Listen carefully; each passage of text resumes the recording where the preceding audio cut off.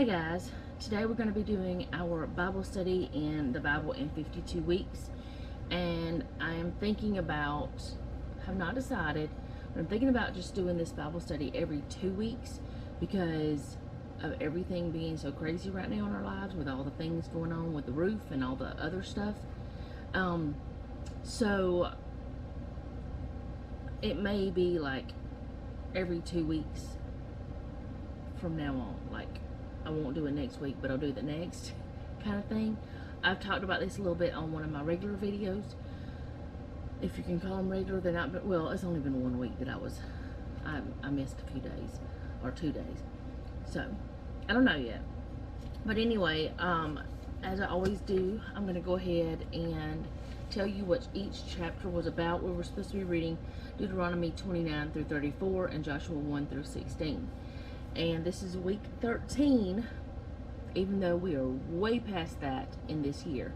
So we're just using this study as our own, do our own thing, I guess. But chapter 29, renewing the covenant and abandoning the covenant. This is what each chapter was about, a little bit. 30, returning to the Lord, choose life. 31, Joshua takes Moses' place. Moses warns the people. 30, did I say 35 or something? I said 30, 31, I don't know. 32, Song of Moses, Moses' impending death. 33, Moses' blessings. And 34, Moses' death. And that's the end of Deuteronomy. And if I'm all over the place today, I'm sorry. That's the way my brain is lately. Joshua, chapter 1, encouragement of Joshua. 2, spies sent to Jericho, the promise to Rahab. 3, crossing the Jordan. 4, the memorial stones. 5, circumcision of the Israelites. Food from the land, and commander of the Lord's army. 6, the conquest of Jericho, Rahab and her family spared. 7, defeated Ai. I really don't know how to say that. Or is it A? I don't know. It's A-I. That's the letters. And the next one I don't really know either. Is it Achan or Achan? Judged. It's a man anyways. 8, conquest of Ai. That's the way I'm going to say it. That's the way I've always said it. Renewed commitment to the Lord. No, to the law. Sorry. 9, deception by Gideon, and Gideon's deception is discovered. 10, the day the sun stood still. Execution of the 5 kings and conquest of the southern cities. 11, conquest of the northern cities, and summary of conquest. I cannot speak. 12, territory east of the Jordan, territory west of the Jordan. 13, unconquered lands, the inheritance east of the Jordan, Reuben's inheritance, Gad's inheritance, east Manasseh's inheritance. 14, Israel's inheritance in Canaan, Caleb's inheritance. 15, Judah's inheritance, Caleb and Othniel, Judah's cities. And 16, Joseph's inheritance. So now we're just going to go on to the books. We have both of these. And usually they have the same title, like Your Own Jordan River. And let's see, is it the same on this one? Yeah, it usually is. I don't know why I second guess things, but it's a habit. So let's go ahead and look at this one first. We're going to go over a little bit of it, and I'll tell you my thoughts. That's what I do. I tell you my thoughts, and you can take those however you want because they're just my thoughts. In Joshua 3, it tells us how Joshua and the children of Israel crossed the Jordan River. These were the people who had been delivered from the hands of Pharaoh and out of Egypt. They had crossed the Red Sea. Then after 40 years in the wilderness, they came upon one last stumbling block between them and their promised land, the Jordan River. You know, there's always stumbling blocks in front of us, whatever path we're on. But if we're following God's direction, those stumbling blocks will just become stepping stones, is what I've always heard people say. And it's true. Alright, but I think I may be getting ahead of myself. I'm not even sure. I don't know where my brain is right now. I just felt like saying that. They were facing 200 miles of pure discouragement. Why? At that time of the year, the Jordan River was swollen and overflowing because of the rains during the harvest season. The Israelites camped out on the banks of the Jordan for 3 days, presumably trying to figure out how to cross it. They were stuck. Maybe you were not where you used to be. No, let me read that again. Maybe you are not where you used to be, but you're stuck in a place you're not destined to be. You're on Jordan River. Like, there have been times in my life where I knew I was in a place where I shouldn't be, and I wasn't doing anything wrong or not, following God, but it was just like a waiting period where I had to go on. I had a Jordan River. I had to figure out the way I was going to cross that river. Let's go on. Your Jordan could be financial, mental, emotional, or even spiritual. Whatever the case may be, you have found yourself in a place where you wish you were not. You're in good company, however, because we've all been there at some points in our lives. You're in good company, however, because we've all been there at some point in our lives. I cannot read today. I thought I was ready to do this. We're anointed. We have gifts and talents, and we've all been stuck. We're not just meant to stay there. Joshua sought directions from the Lord about how to cross the river, and he received them. God instructed Joshua to have the priests who were transporting the Ark of the Covenant take a few steps into the river and stop there. As soon as their feet touch the water, the flow of water will be cut off upstream, and the river will stand still like a wall. That's exactly what they did, and they waited there until the whole nation of Israel had crossed the Jordan on dry land. I'm going to go ahead and read Joshua 3 in a few minutes, but I want to go on to read these points to ponder. In what areas of your life have you ever felt stuck? I have never heard that noise from my computer before. Distractions. I'm not going to listen to it. I have felt stuck spiritually, mentally, like I could not get past something. Been stuck financially, for sure, at times. Like, didn't have the money to do something that needed, and, had to fully rely on God for that, because he always makes a way. As a parent, I've been stuck. As a wife, I've been stuck. As a friend, when people come to me for advice or my thoughts, there's times whenever I'm like, Lord, where am I going to go with this? What am I supposed to tell them? What am I supposed to say? Sometimes being stuck doesn't last a long time. I want to say that. I started to say I want to put that out there because that sounds weird. I want to say that sometimes being stuck might be just be a momentary thing, but it could be something that like messes with your head a little bit. Like, what am I supposed to do? And anytime we're stuck, we're supposed to go to God. That's the first thing we're supposed to do, no matter what the situation. So, yes, there have been times I felt stuck. How did you handle things? Did you seek guidance? Oh, well, okay. I went to God. I usually go to my Bible, or I do seek guidance from someone who is wiser, someone who is further along in life than me. And you don't always, everything that you're stuck in is not always spiritual. So I don't want this to be about you've got to go to your pastor or worship leader or your someone above you or farther along in their walk. It's not always spiritual, but I mean, and what I'm saying is it's not always spiritual, and you can get advice from someone who knows more, who is not a Christian, maybe even. Let me just put it this way. Say that you need some kind of help.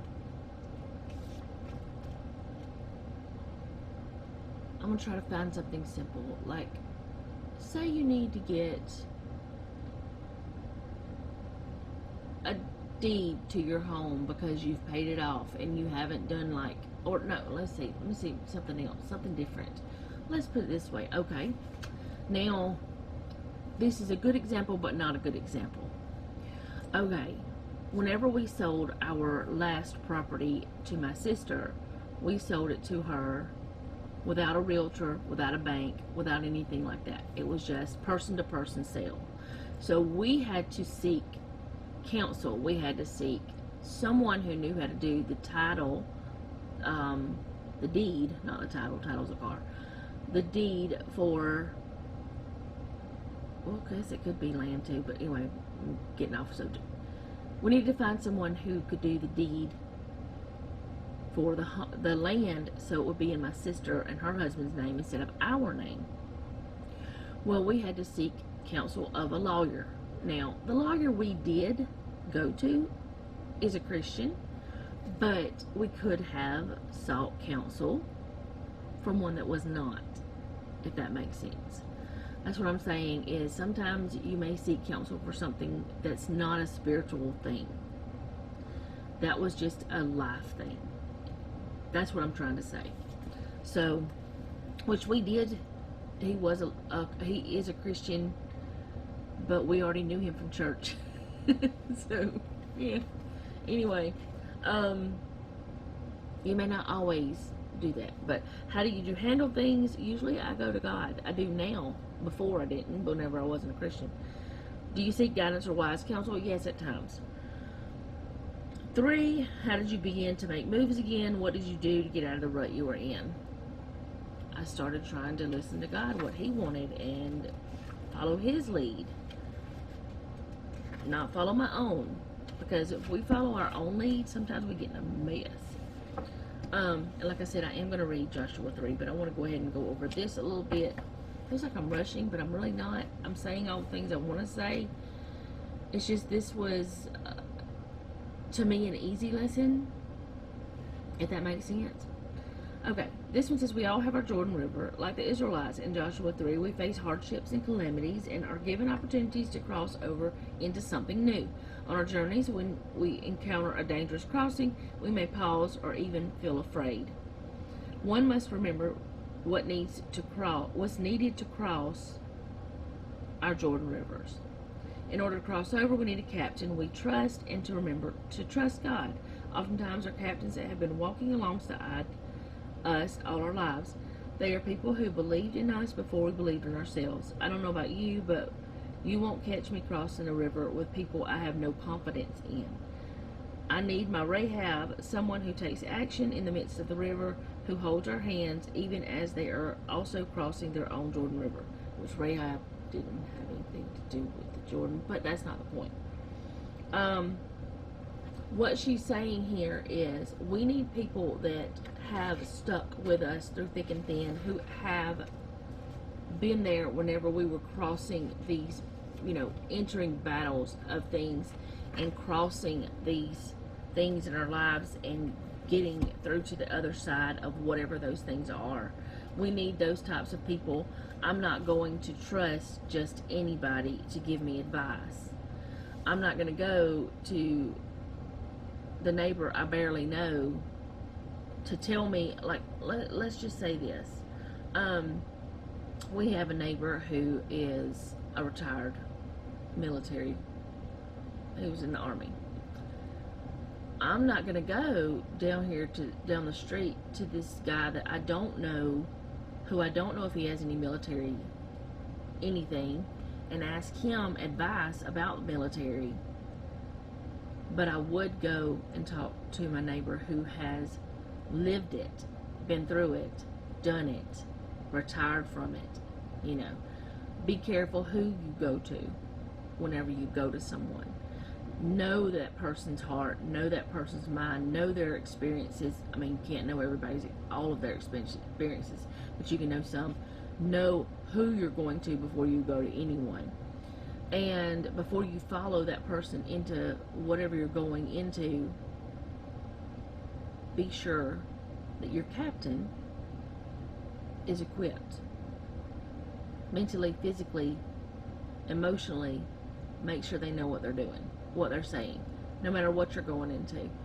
And that even means if you're looking for a new church, if you're looking for a spiritual leadership in some way,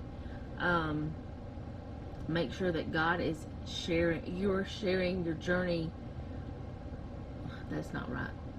Make sure that you are going through your journey with God, following Him and listening to Him and His. I mean, He'll tell you if you should or shouldn't do something. He'll let you know, okay, this is not where you need to be. So, always go to God. So, let me go ahead and turn to Joshua 3. That is not the correct way. Okay. I have it marked. I promise I do. Alright, Joshua 3. Joshua started early the next morning and left the acacia grove with all the Israelites. They went as far as the Jordan and stayed there before crossing. After 3 days, the officers went through the camp and commanded the people, when you see the ark of the covenant of the Lord your God carried by the Levitical priest, you must break camp and follow it.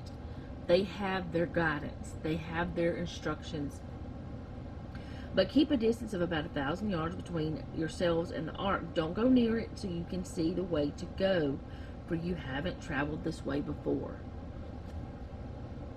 I believe that God has that there to let us know we're not supposed to try to get ahead of Him. We can't. It's not sensible. Joshua told the people, consecrate yourselves, because the Lord will do wonders among you tomorrow. Then he said to the priests, take the Ark of the Covenant and go on ahead of the people. So they carried the Ark of the Covenant and went ahead of them. The Ark of the Covenant was very important. It's still very important.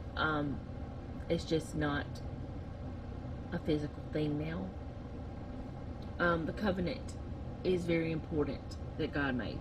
The Lord spoke to Joshua, today I will begin to exalt you in the sight of all Israel, so they will know that I will be with you as I was with Moses. So God is telling Joshua, I'm going to bring the people to you to follow you. I'm going to let them know it's okay to follow you. I'm going to show them I have as much confidence in you as I did in Moses.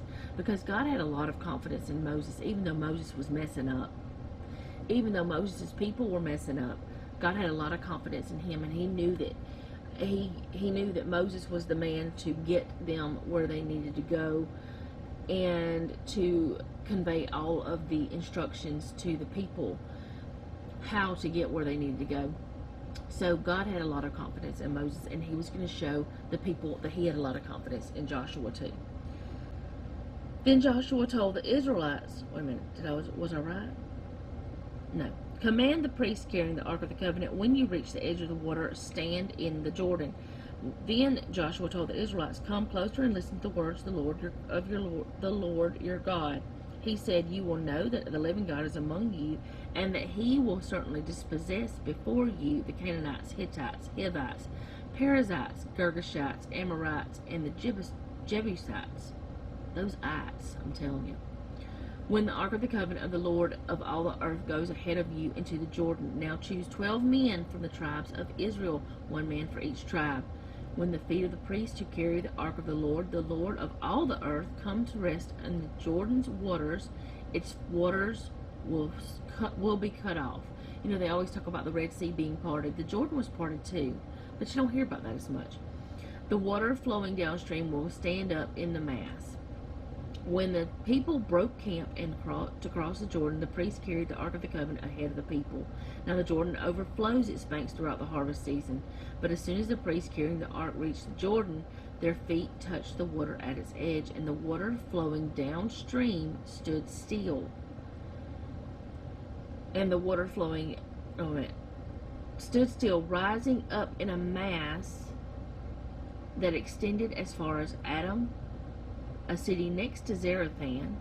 The water flowing downstream into the Sea of Arabah, the Dead Sea, was completely cut off, and the priests crossed opposite Jericho.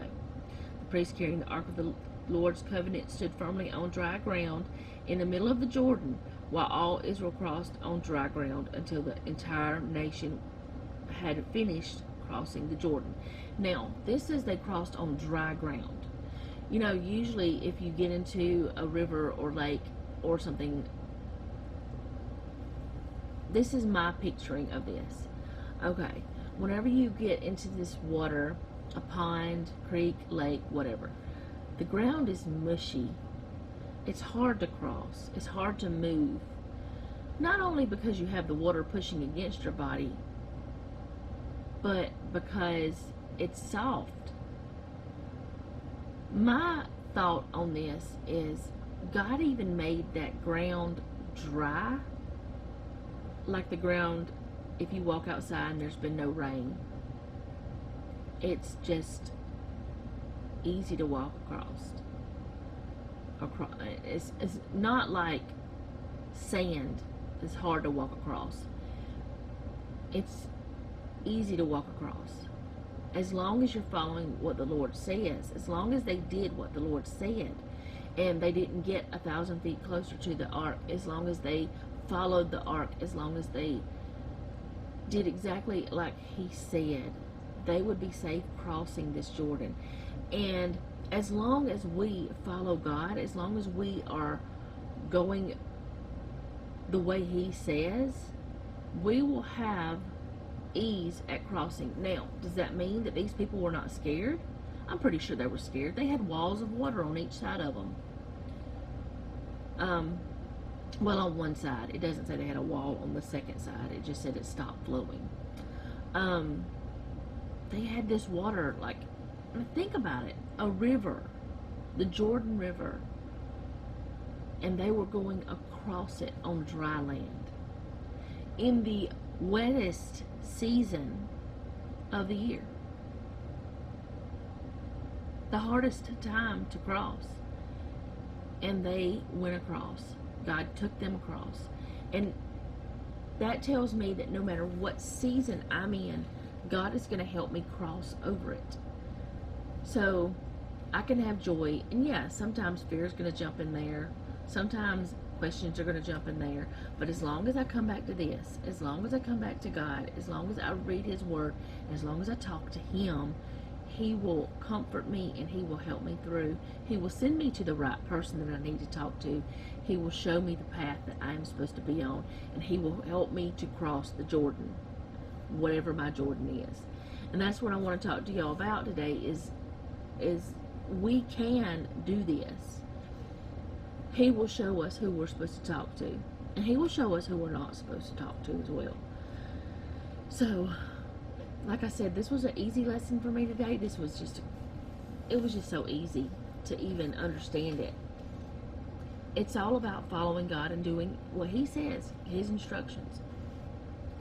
So, next week, we will be in 3 different books. We're going to read Joshua 17 through 24, and I will have this in the description. Proverbs 15 through 17, and Judges 1 through 10. Now, if something happens and I don't get to record next week, I'll let you know in one of the daily vlogs. And I hope that this was good. I really like this study in the sense that, I mean, yeah, the things in the books are kind of elementary, I guess you'd say. That's what I've said several times. But they have a good starting point. And there's even more we could expand on from this study. But that's just where I wanted to land today. Because, one, that's what the actual lessons were about. And they're good lessons that we need to learn, that God will take us across anything. Even though it's a big, high bank, overflowing river. It can feel like the water, I mean, you've been on a river before, or you've seen a river before. I'm pretty sure most of you have. If not, you can look it up online, what a river looks like, how it works, how deep they are, how fast they flow. They're not easy things to cross whenever you don't have a guide. Let God be your guide. My voice is messing up. So, that's all I have for today. I hope this was alright. I hope you enjoyed it. I really enjoy any Bible studies. So, that's just me. So, thank you guys for hanging out with me today. I do appreciate it. If you like this, go ahead and do all the YouTube things. If you didn't do them anyway, you might like something I do later. But most importantly, leave me a comment down below. Let me know how you're doing. And also, let me know what you got out of this study, if you got anything at all. if you're crossing a Jordan, if you need prayer requests. If you want to put down a prayer request in the comments, you can do that as well. If you need prayer, that's what I should say. I'm trying not to forget things. I fail sometimes. But yeah, let me know how you are. Again, thank you for being here, and don't take any wooden nickels, and be sweet.